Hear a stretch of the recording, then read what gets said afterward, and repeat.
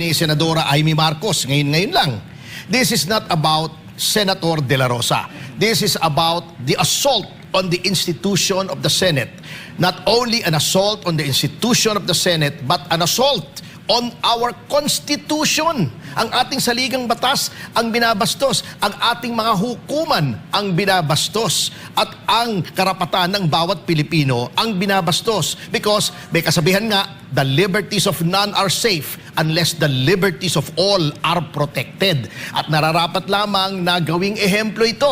Talagang bastusan na nga ito eh. Can you imagine? Never po nangyari sa kasaysayan ng Pilipinas na ang NBI o any law enforcement agency pinasok ang Senado na wala man lang mang warrant. Ngayon yung sinasabi ni Ginoong Trillanes na warrant, hindi po warrant yun na kailangang kilalanin ng Senado.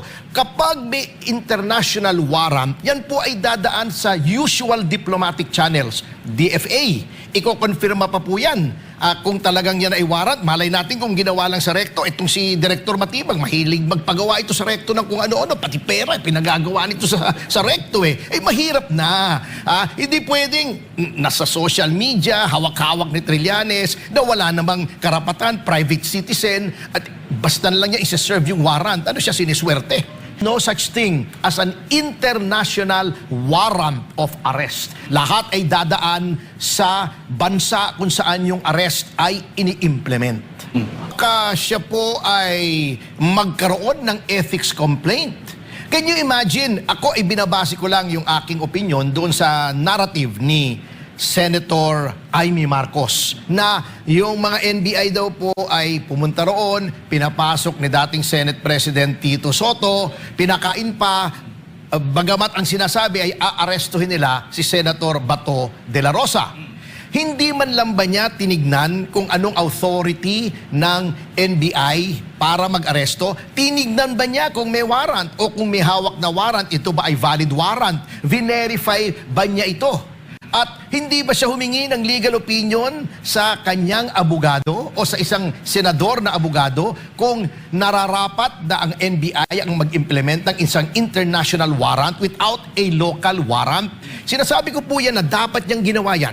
Dapat siyang maging masusi sa pagsusuri ng autoridad ng NBI sapagkat what is involved here is not really Senator Bato or the NBI or the ICC but the dignity of the institution of which he was the head until he was deposed very recently this afternoon.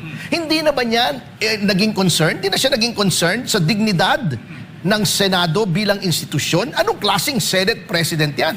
Opo, in fairness to Ginoong Trillanes, bilang dating senador, ay may courtesy po naman ang kahit sinong dating senador na pumasok sa Senado. Ngunit, kung ang gagawin niyang dahilan ay isa-serve niya yung warrant, ay malaking kabulastugan po yan. Sabagat wala po siyang karapatang mag-serve ng warrant. Kahit bilang citizen, kahit i-invoke niya yung doktrina ng citizen's arrest, wala po sa lugar. Gayon, kung ang sasabihin niya, meron daw dare sa kanya, may hamon si Senator Bato, para naman siyang batang maliit na bagamat alam na niya na illegal na yung ginagawa niya, ay naroroon pa siya at gagawin pa rin niya. So anong klaseng tao yan? Anong klaseng mamamayan? At anong klaseng dating lingkod bayan na tinatawag niya kanyang sarili kung siya ang lalabag ng batas?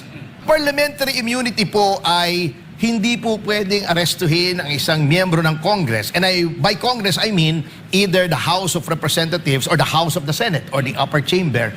Papunta sa kanyang sesyon at during the session, kung may warrant na ang penalty ay ng krimen of which he is charged is more than 6 years. Yan ang parliamentary immunity.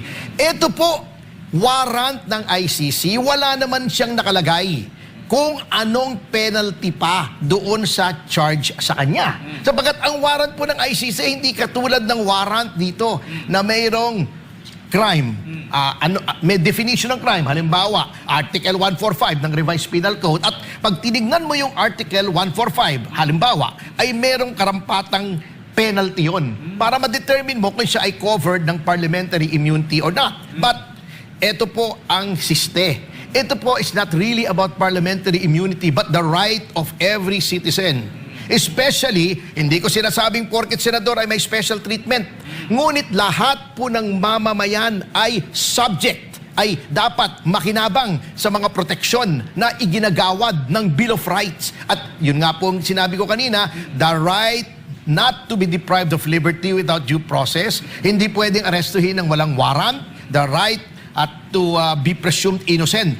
Yun po ang nilalabag dito na hindi lamang applicable kay Senator De La Rosa, ngunit sa lahat ng Pilipino. Nagkataon lamang na itong paglabag na ito ng karapatan ay very visible, very high profile at ginawa laban sa isang senador. Ang question po rito, ang katanungan ngayon, kung kayang gawin sa isang senador, hindi ba kayang gawin sa ating mga ordinaryong Pilipino nitong mga may kapangyarihan? So, lawless na po.